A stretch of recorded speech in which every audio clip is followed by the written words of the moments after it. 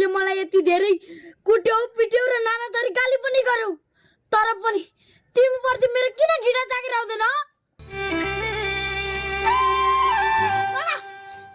निकिता, तिमीले मलाई यति धेरै हट गर्दा पनि किन यो मेरो मनले तिमीलाई मात्र रोज्छ र यो मेरो आँखाले किन तिमीलाई मात्र खोज्छ? निकिता, तिमीमा यस्तो चीज के छ जसले मलाई दिन प्रतिदिन पागल बनाइरहेको छ? तिमी प्रति मेरो कुनै फिलिङ्स आउँदैन अनि म तिमीलाई जबरजस्ती कसरी माया गरौँ? दिलीप, राजु प्रति तिम्रो फिलिङ्स आउँछ भने म प्रति किन फिलिङ्स आउँदैन निकिता? किन?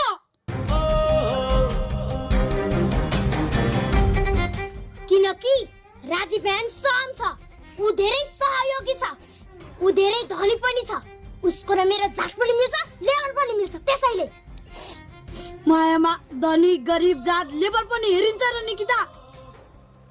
हेरिन्छ, पछि गएर जिन्दगी बिताउने कुरो हो यार।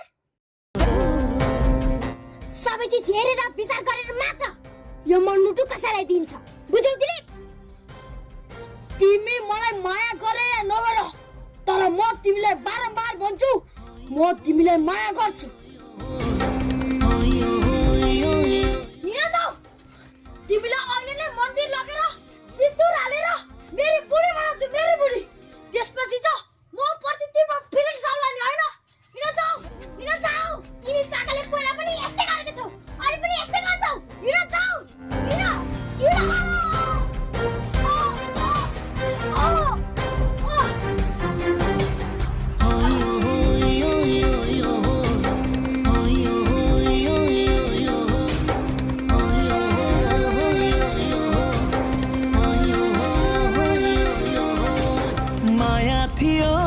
विश्वास थिएन, घडी दिनेले समय दिएन, तेरो लागि के गरिन आखिर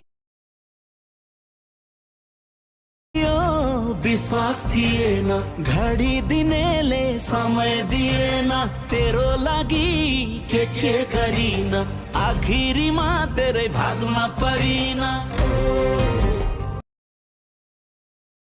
समय दिएन।